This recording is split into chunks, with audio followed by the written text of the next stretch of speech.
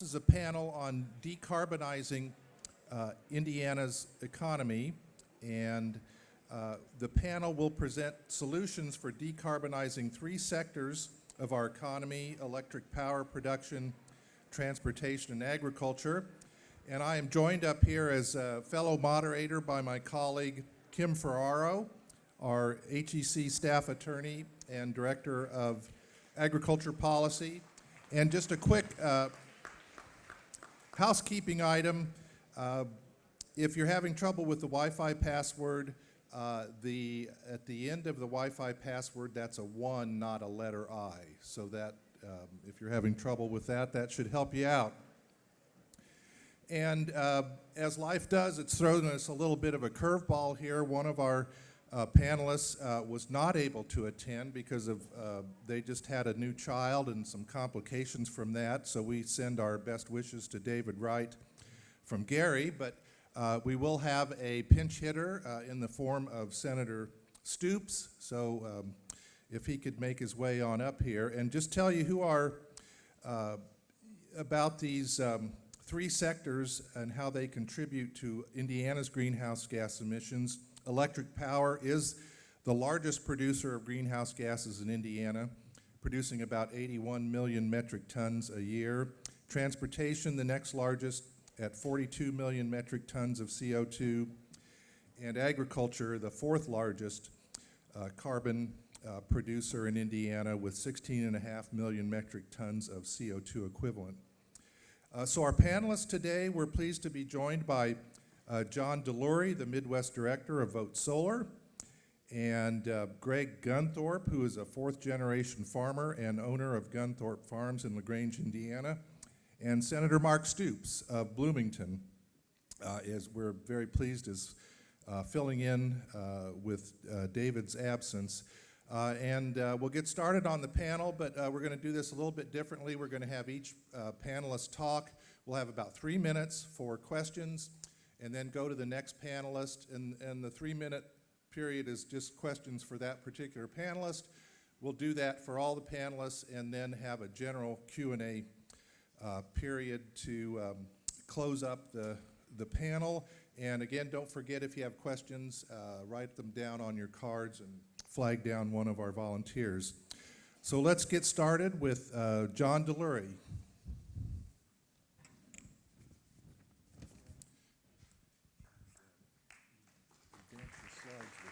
Sure.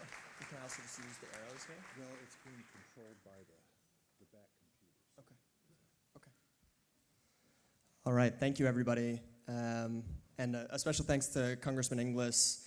He has his work cut out for him in a lot of different ways. I have the good fortune of taking a fairly narrow focus. As the Midwest Director for Vote Solar, I am doing everything in my power and in our collective power to advance solar energy policy throughout the country on a state-by-state basis. And so I suspect there are people in this room who understand the nitty-gritty of solar policy in Indiana even better than I do. And so what I hope to provide is a regional comparative analysis of what is possible, what is currently being done in other states in the region, and what might lay ahead over the next couple years and couple legislative sessions. And so I want to share one quick anecdote. I was at a solar conference the last couple days, Solar Power Midwest, and I mentioned to a colleague of mine that I was coming down to Indianapolis to present about solar for this conference, and she sort of turned her head and said, I didn't realize anything was really happening in Indiana.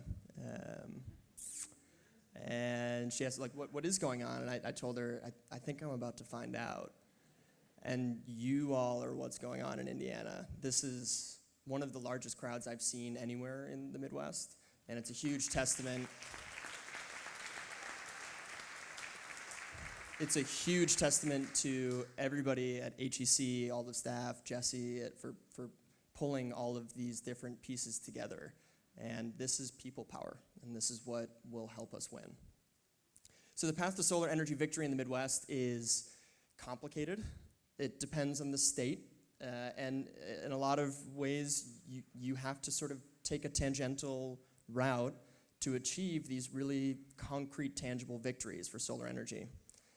So before anything else, I will show just like a basic overview or a basic spotlight into Indiana, courtesy of our friends at the Solar Energy Industries Association. Things aren't as bad as they might seem. Indiana actually has a good track record of solar installations. In most metrics, it's about middle of the pack. And that's in large part due to large solar installations that the utility companies, the electric utilities in Indiana, are buying. So you are looking relatively good on solar jobs. You do have a thriving build out and pipeline of solar as we go along. But there are few key missing pieces, and that's what I'll be spending most of this time focused on.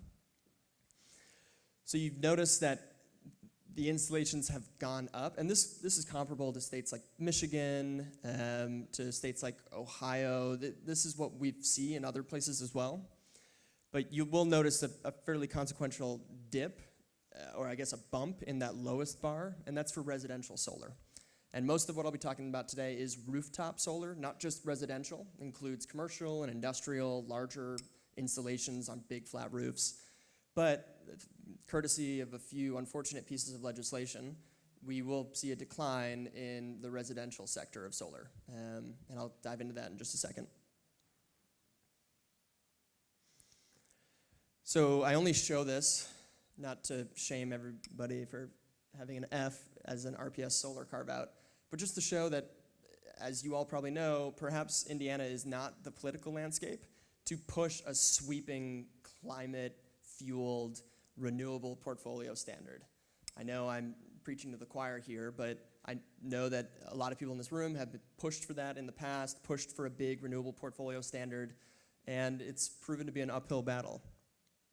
There are certain voluntary standards which put you in the D range instead of the F range, but ultimately, like, the path to victory in Indiana looks more like these really concrete, tangible policy wins.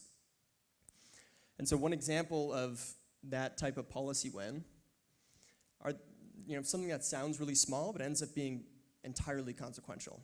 So Indiana is actually in the minority of states that offer these property tax exemptions. It just makes it that much easier for people to go solar and for companies to go solar.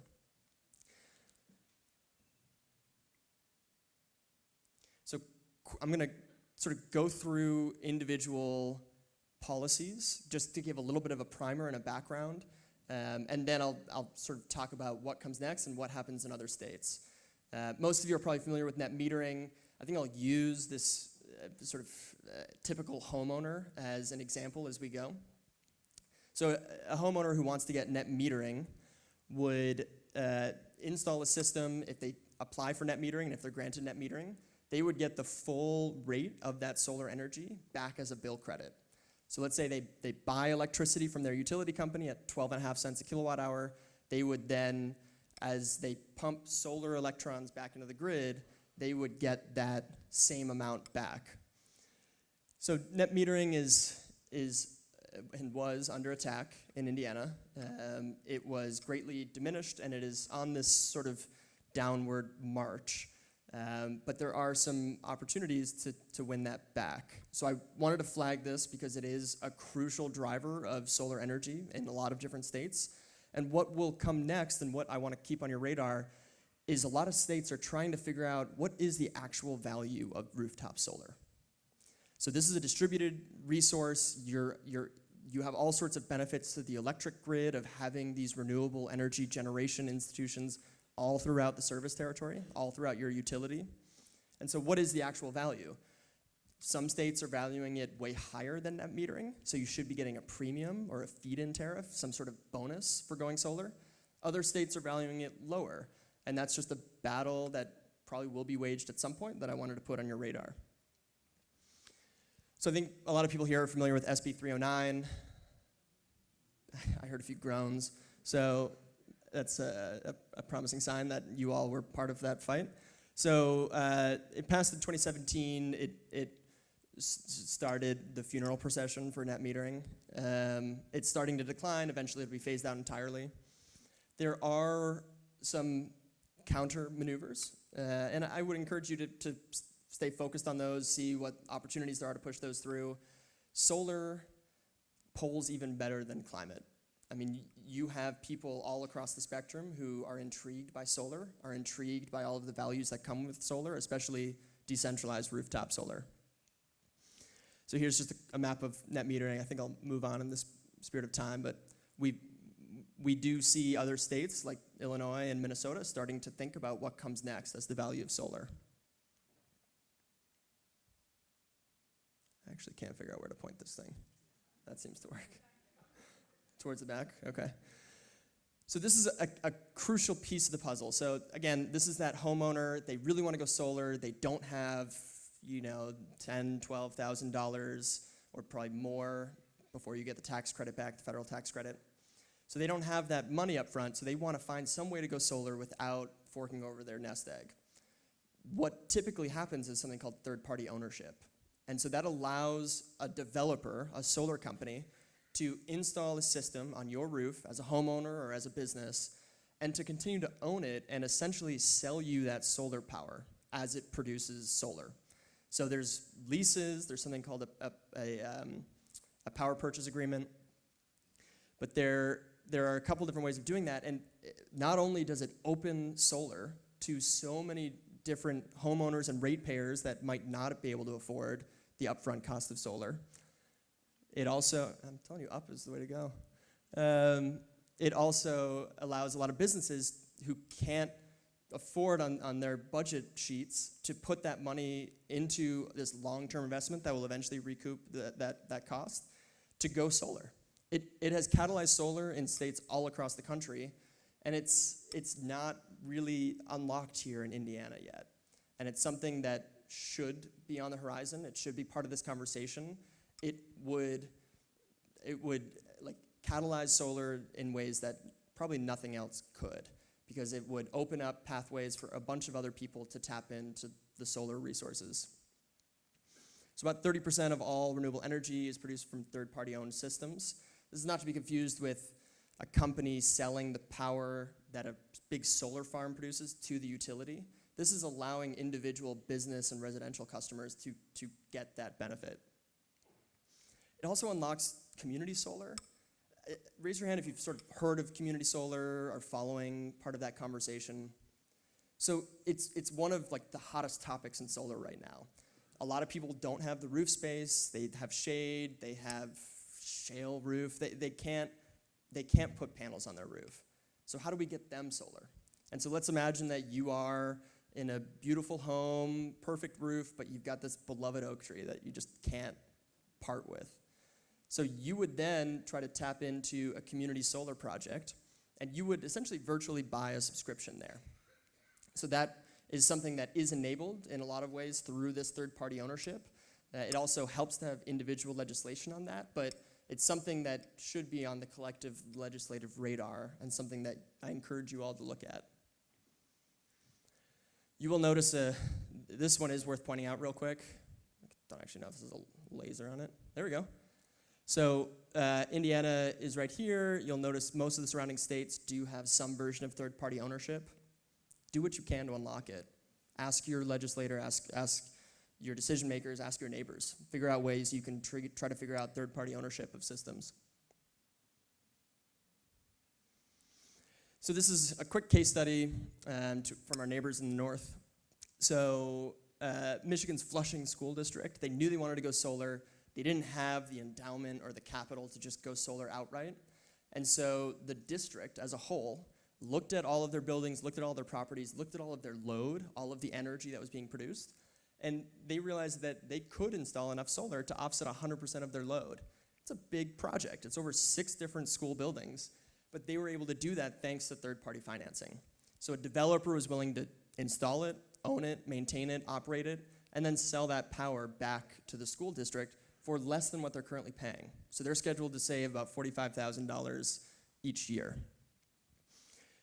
I'll probably breeze through this. I just wanted to flag that certain states, including Wisconsin, are starting to push back against third-party ownership. So they are claiming that any solar developer, any company that puts a solar system on the ground, they are a utility company, and that is a non-starter. Like just the regulations of regulated utilities, solar companies can't play that game.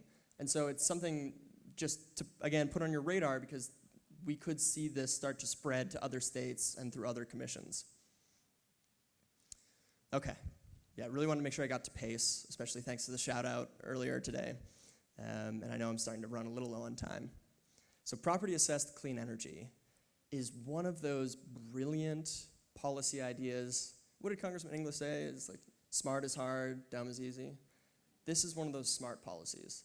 And so it's hard to even describe, but if you find a legislator and you can walk them through this and they can understand it, it's a no-brainer, and it's throughout states all across the Midwest, it has found bipartisan support. So I'll move through this pretty quickly, and then I encourage you to come up to me afterwards if you want to strategize how to do a pace takeover of the State House.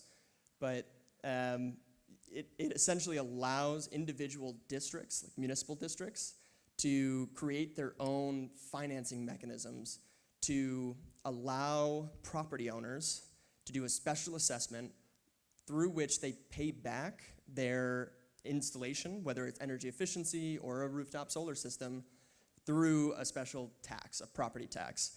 And that travels with the property, not the homeowner. So it allows that value that is recouped over time through efficiency gains, through the solar installation, to actually sit with the property itself. Again, you will sort of notice that one of these things is not like the other. We have seen tremendous growth in PACE throughout the Midwest. Ohio is one of the leaders in the commercial and industrial PACE space. Missouri, of all places, is one of the forefront states on residential PACE. So as a homeowner, if you wanted to finance a rooftop solar system and it changes to your air conditioning system, this is one route that you can take. So I'll skip right to this case study. This was a specific kids sports center in Ohio. They really wanted to cut back on their electric bills.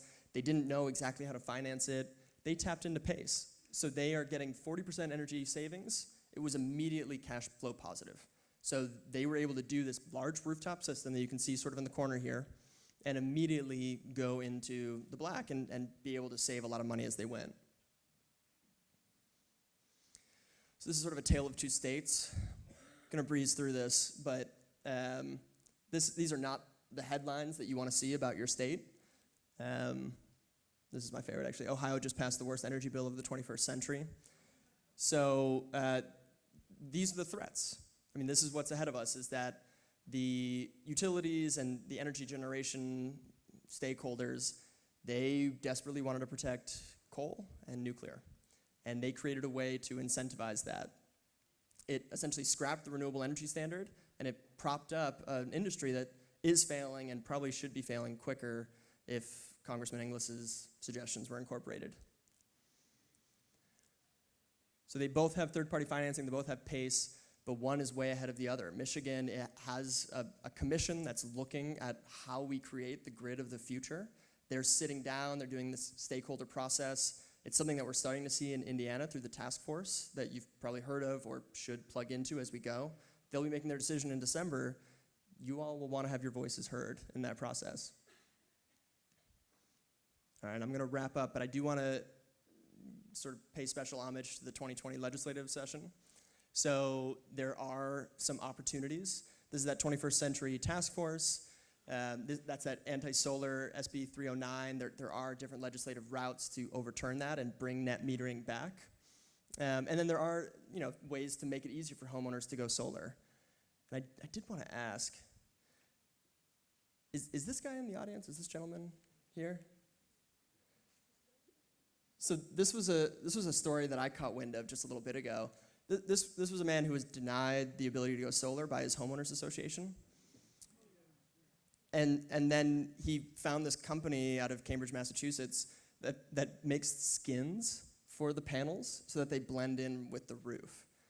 And so, I mean, this is what we're up against in a lot of ways, and you can take individual action, but he's also starting to become a voice in support of ways to fix this, ways to educate homeowners associations. So take that local approach, get it done on your own roof, on your neighbor's roof, get it done in your community, but don't neglect the politics of it. We need all of you there We need you all contributing, making relationships with your legislators, and figuring out a way to get the next round of renewable energy legislation. So thank you all for the time. I may have cut into question time a little bit.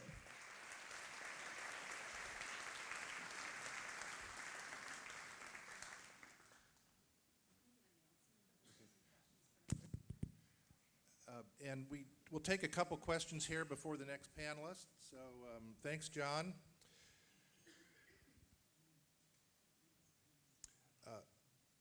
This is a question following up on the Energy Task Force that this questioner thinks it's biased towards coal, and coal advocates criticize the intermittent nature of solar power. What battery storage options are in the pipeline to go along with solar? It's a fantastic question. And again, it underlines the importance of getting involved in that process, having your voice heard. The people who are running that task force may have mixed interests, and they might be more excited about one source than the other. So I encourage you to get involved in that. Renewables don't really become an intermittency issue until they're at a really high level of penetration. So until they're, we're looking at 40, 50, 60+%, it really isn't something that most grid operators or most utilities really need to worry about. They like to worry about it. And if I've got utility colleagues in the audience, I apologize. But it isn't something that we really need to think too hard about just yet, especially in a state like Indiana. Hawaii is trying to figure this out. They're at 80, 90% renewable energy. And storage is becoming that next solution. So everybody's waiting for that nut to crack, and everyone's trying to figure out what happens with storage. And I'm sure we've got our best and brightest on it, but I wouldn't let that argument dissuade you for taking action now, because we're just not at that point of reliability or concerns about the level of renewables we have quite yet. Okay, thanks, John. One other quick question here. How is Duke's solar leasing program different from third-party financing? Well, that's a great question and mostly above my pay grade. So maybe I'll do some Googling and then come find me afterwards. But my guess is if it's similar to other programs, and again, let me paint with a broad brush just because I'm not as well versed in this Duke program. Utilities are starting to build out solar as they would if they were just building out a new resource, and they own that resource, so they own that solar farm. And there's two ways they could do it, right? They could give everybody, it could just be rate-based and it could go out to everybody, or they could try to collect subscriptions to sign on to those solar farms. And oftentimes they'll charge a premium on that. So you will pay a little bit more to say that you have solar energy. I always struggle with this specific topic because in some ways I encourage you to vocalize your interest in solar by participating in those programs. At the same time, a lot of times it's not incentivizing new solar. It's not really creating new build-outs or anything like that. It's not quite community solar where you are a co-owner of a system.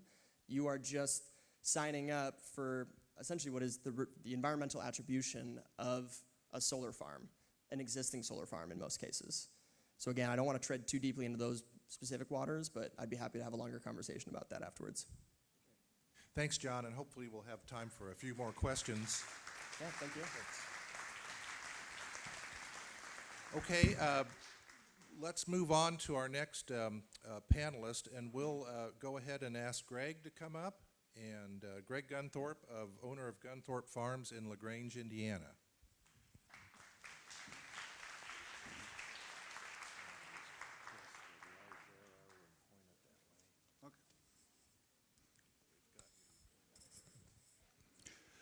Good morning.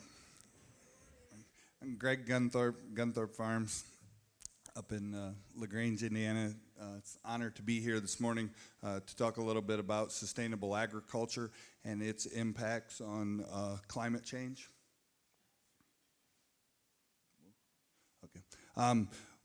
Just a very quick little bit about us. We raise, process, distribute pigs, chickens, ducks, and turkeys up in Northeast Indiana. We have a USDA inspected poultry and red meat plant on our farm. I believe one of only 3 in the whole country that are both USDA inspected for red meat and poultry. Our primary customer base is upscale restaurants, Chicago, Indianapolis, Fort Wayne, Ann Arbor. We annually produce on pasture about 125,000 chickens, 2,500 pigs, 10,000 turkeys, about that same number of ducks. And we meaningfully employ 30 people on our 270 acres, 200 of which are certified organic, and our processing plant is also certified organic. Today I want to touch largely on concentration and consolidation in agriculture, and that's and its impact on the ability of agriculture to make the meaningful and transformational changes that we need to for the largest amount of real estate in our state to actually be a positive benefit for climate rather than a problem. As you can see up here on the slide, and I think most of you are well aware, agriculture has changed drastically in the last 50 years. We've largely blown up the independent traditional family farm model. Agriculture is industrialized. 85% of the beef in this country are controlled by 4 corporations, the largest which is not even an American company, JBS, all kinds of criminal activities all over the world. I recommend you look up the Washington Post piece that was just out last week. I was included in that article. Pork industry, just about as bad. 74%, 4 largest companies control 74% of the processing. You take out the 30 largest hog owners in the United States, you've control 75% of the pigs. Independent hog farmers, gone. Independent chicken farmers, gone. Corn seeds, lots of different names on the bags, but same companies, 89%. Soybean seeds, same way. Potash, the worst, monopoly. I gotta point the other direction. This is the story of my family and why we're direct marketers. Up here, I think there's a pointer there. 1998, my wife's sitting back here in the back of the room. We sold live pigs for less than what my grandpa sold them for in the Depression. The industry has largely got rid of the independent producer. Large-scale confinement operations still being built all over the state. We've not really, in any meaningful way in Indiana, made a dent in concentration and consolidation in the livestock industry. Still very large operations going up all over the place. And in lots of ways, we've advocated for local and regional food systems, and the big guys started co-opting the messages on those. Here's a slide that shows who controls the organic industry in this country. You can see the names. It's the same companies that control conventional agriculture. You got Cargill on the slides, Kellogg's, Coca-Cola, Dean that just went bankrupt, Purdue Farms. It's the same companies. We have a serious problem in this country with greenwashing. Absolutely huge problem. Largest owner of pigs in the United States, a Chinese corporation, Smithfield, proudly raised in the U.S., all natural. All natural is meaningless, means it's minimally processed, raised without steroids or hormones. We don't talk about the ractopamine. In my opinion, the USDA, the FDA, the FTC, all of the agencies that regulate food labeling, level playing field in this country, they've all been on vacation since the 1970s. It's time they go back to work.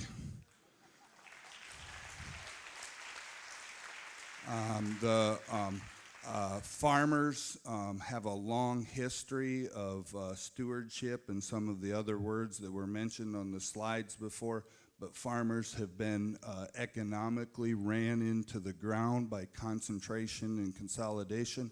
Large numbers of them that are building these huge confinement operations see no other choice. You can see the farmer's share of the food dollar is at the lowest level that it's ever been. At the same time, we have state and federal policy that encourages more industrialization of agriculture. My best example of the fact that we have failed food and farming policy is if you took our food pyramid from the United States Department of Agriculture, you flipped it upside down, you'd have the food subsidy pyramid. We absolutely subsidize exactly the opposite, both from an environmental and from a food nutrition standpoint of what we should be doing. And as mentioned earlier, those are, making smart decisions are difficult and making dumb decisions are easy, and we've made way too many dumb decisions. And it's time that we start today making positive, correct choices. I threw this slide in. This is from our farm. It was from a Purdue study. There's a lot of opportunities and a lot of choices that we could make on our farms and out in rural America that would help with the environment. We have a constructed wetland on our farm for our water from our processing plant. And that picture up on the left, top left, that right one in the picture there is what the water looks like coming out of our constructed wetland, cleaner than what 70% of the world drinks. Lots of these appropriate technologies that we could do, but our government actually, through their policy and through their actions, encourages farmers and encourages people to go in the opposite directions. We should decentralize our food supply, not consolidate and more centralize it.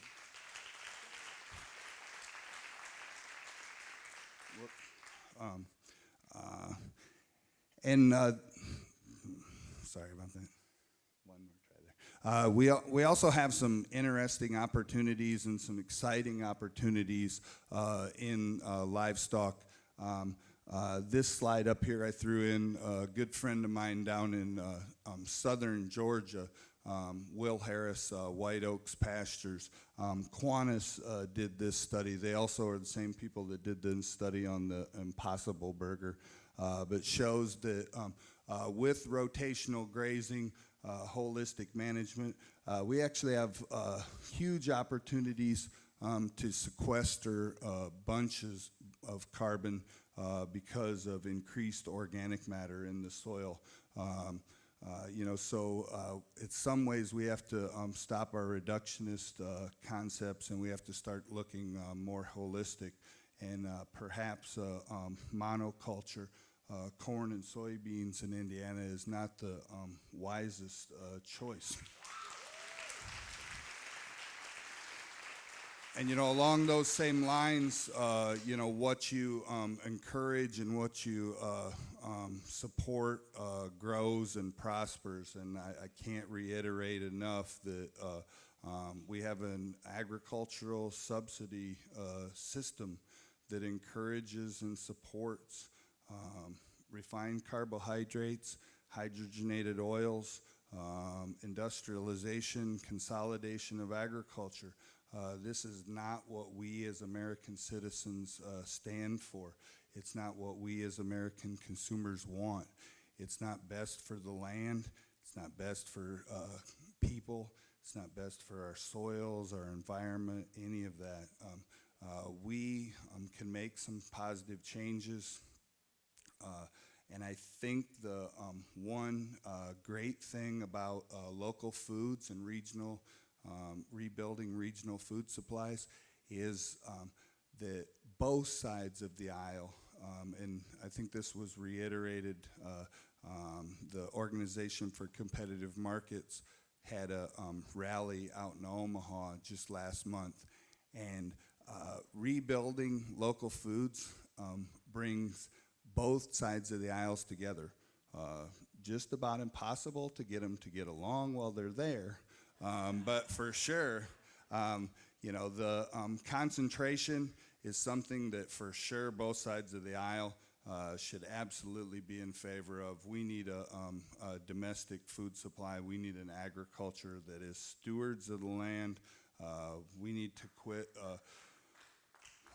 We need to not have an agriculture that our greatest exports from the farm have been our kids and our topsoil. That needs to change.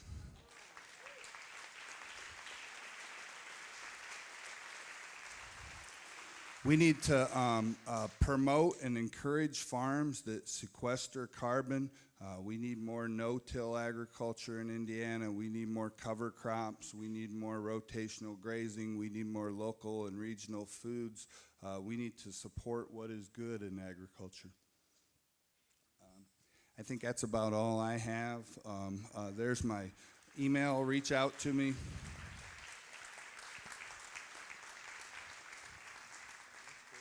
Thank you, Greg. We had one question so far, and we'll do this, but I think you kind of answered this about whether regenerative farming is a better way than sustainability, and I think they're probably both elements are the same, or since you kind of answered that question already, what do you see as the advantages of no-till farming? You want to say anything about that? Sure.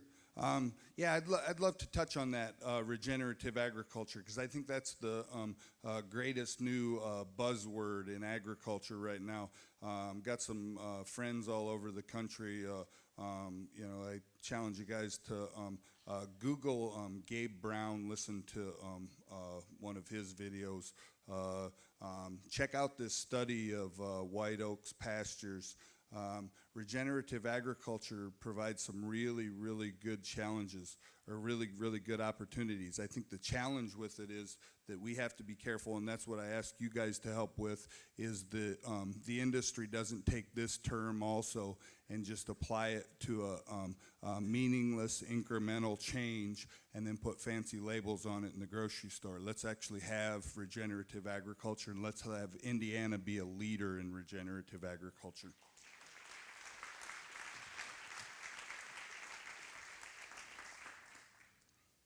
Okay, one other quick one here, Greg.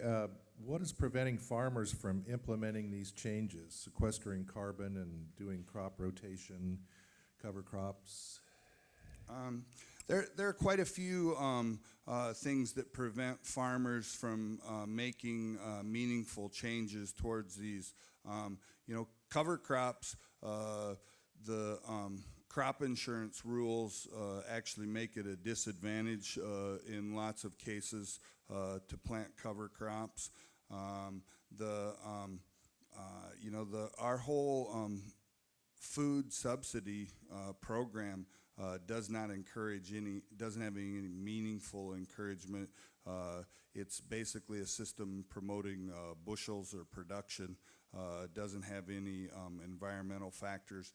And I'm firmly convinced that if we're going to pass out money to farmers, that there should be a big societal benefit to that.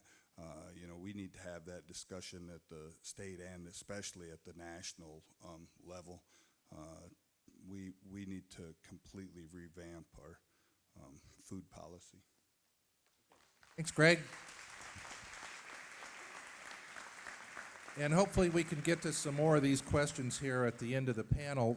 Our final speaker, and again, we're very grateful to Senator Mark Stoops of Bloomington, Indiana, who's filling in on the transit and transportation issue. And Senator Stoops has, for a number of sessions, filed transit funding legislation that would benefit the entire state of Indiana. And we anticipate that'll happen again coming session. Thank you, Senator.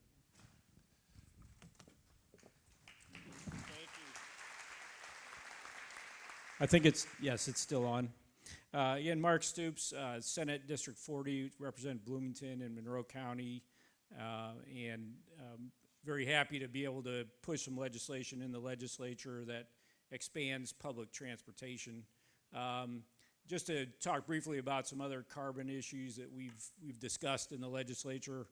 We actually did discuss climate change in the Indiana legislature last year. And that's because some corporation out of DC got a multi-billion-dollar tax credit to sequester carbon by injecting carbon from an industrial process deep into the ground under Terre Haute, right above the New Madrid Fault layer of bedrock. But one of the things that I think is important, a couple of bills that I have that are coming up next year. One is a bill that would actually create a carbon offset for companies that are producing or emitting carbon. They can actually offset their carbon footprint by investing in reforesting parts of Indiana, or money that goes towards, thanks, or money that goes to putting farm or forest land in permanent conservation easements. So that would go, money that would go to land trust.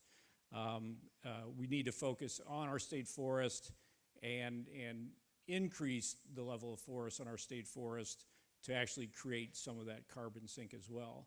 But this bill would be a request to do a summer study committee on both the carbon offset of increasing forested land, but also, as Greg mentioned, carbon farming. So how do we incentivize carbon sequestration through our farming methods? So transportation, I remember when I was very little, and my grandmother came up from Bloomington on a train to Northwest Indiana, picked up my brothers and sisters and I, took us back to Bloomington on a train. I remember waking up on her lap as we pulled into Bloomington. So we had this interconnected public transit system back then that has been largely dismantled. The bills I've been pushing, coming from Bloomington, we have a fantastic transit system within Bloomington itself. Many of the municipalities in the state of Indiana have transportation systems. The problem is those transportation systems are funded by taxes within that municipality. So the county, kind of the rural areas around those municipalities, don't have a way to tap into that. And really, because the funding is supplied by the municipality, they can't actually go out and provide those transportation services farther out. So I have a bill for expanding public transit that would allow counties to create a method of revenue generation so that they can piggyback onto those municipal systems, as well as funding rural transit and creating park and rides at county borders, or creating interconnected systems between towns and cities throughout Indiana by having that ability to create a funding mechanism that I think would create transportation networks throughout the state. This is very important. So we talk about many things. To me, we talk about economic development in the state of Indiana, increasing economic development. One of the biggest problems that employers have is their ability of their employees to get to work. If their car breaks down, if they live in a rural area, they can't get to work. And if we are looking at increasing the number of employable people, we must be looking at increased access to public transit systems. When we talk about people with disabilities who can't drive, when we talk about seniors who can't drive, having access to public transit where they live allows them to get to doctors, to get to grocery stores, to be able to come into town to visit. So all of this is critical. One of the things employers want is access to the creative class. So when we talk about actually creating livable communities, when we talk about regional communities, then we have to be talking about expanded public transit. When we're talking about attracting people from outside of the state to come to Indiana, we're talking about the creative class. We're talking about millennials who want to live in an area where they don't have to own a car. So again, these are things that are stated priorities for the state of Indiana, but the on-the-ground implementation requires passing this legislation, and hopefully within this next session we can get that done. But anyway, thank you. Thanks for the opportunity to talk to the crowd. Thank you. Thank you, Senator. We really appreciate your filling in for us today and appreciate all the work you've done on the environment and public transportation in the Indiana General Assembly and your anticipated work for next session. So we're going to do about 10 minutes of questions, roughly, and we've got lots, so we won't be able to get to all of them. But first one is a audience participation question. How many people have rooftop solar in the audience? So that's not bad. All right, well, thank you. This is a question for John. Are there any downsides to building solar panels?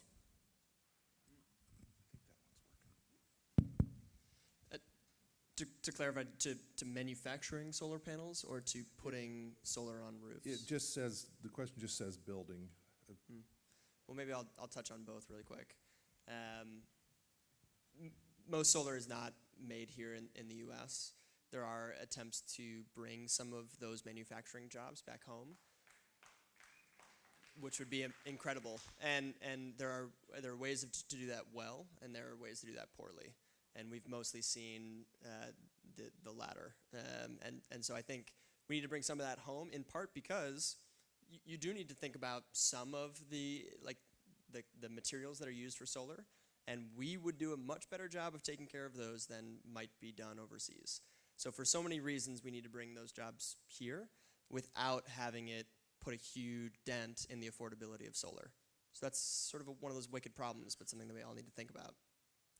In terms of the downsides of a rooftop installation, this is one of those interview questions about describing your greatest weakness. So maybe I'm a little bit biased. There are relatively few, whether it's ground-mounted or rooftop solar. It often just leads to co-benefits. There's an ongoing conversation that I don't want to spend too much time on, but that is worth addressing, about what happens when we are looking at massive solar build-outs that are covering a lot of land. And what is that land currently being used for? What can be used down the road? What does that do to soil conservation practices? These are things that ultimately I think become co-benefits when they're done right, but it's worth having that conversation now when you're talking about massive 10, 15, 20 acre solar farms. What does that look like? How do we ensure that we're protecting pollinators? How do we ensure that we're protecting soil carbon, that we're protecting water runoff and irrigation systems? So those would be the only things I could think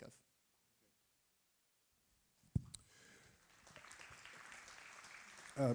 A question for Greg. Besides buying local sustainably grown food, how do we support farmers like you?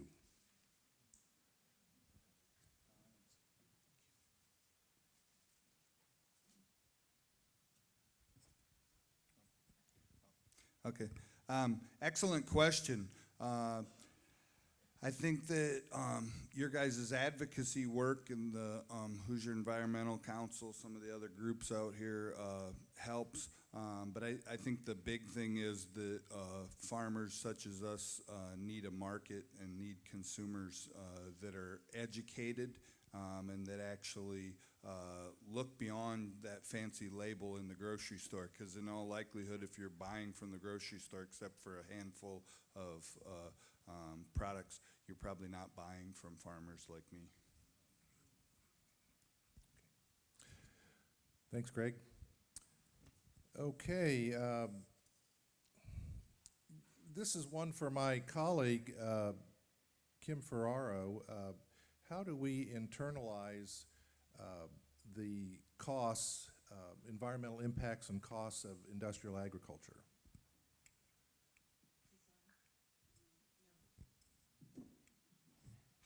I was really hoping I was going to get that question. It's the perfect one, because it is the key piece of the missing puzzle here in Indiana, if not nationwide, on addressing the industrialization and consolidation of agriculture. And that is because we, are not paying the true cost of those products, right? If you buy pork chops that come from a CAFO, all of those externalities are not reflected in the price of that cheap piece of meat. So Some of what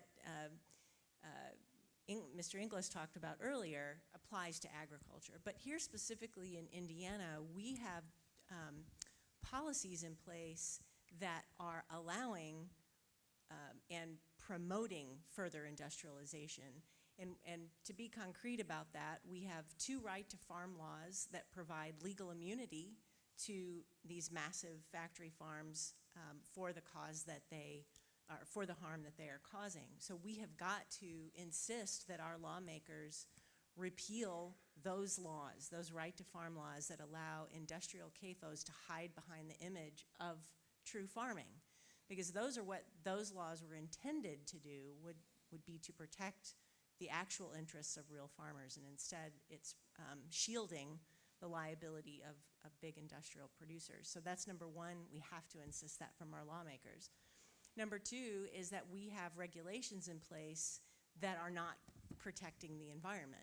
So we have a state agency that is essentially a rubber stamp on allowing new CAFOs to come in. So we absolutely have to transform the way we are regulating these massive factory farms so that they are having to actually address their pollution impacts on the environment. So those would be two things, and I know we have limited time. Okay, thank you, Kim. Question for Senator Stoops. We went backward in terms of transit by losing the train, and I think they're referring to the loss of the Hoosier State, which has discontinued running after the state pulled financial support for it during the 2019 General Assembly. We didn't have needed public support, partly because of brain drain. Best ways to reverse this loss? Actually, when probably many of you remember the discussion around the Marion County transit expansion, the donut counties around Marion County as well.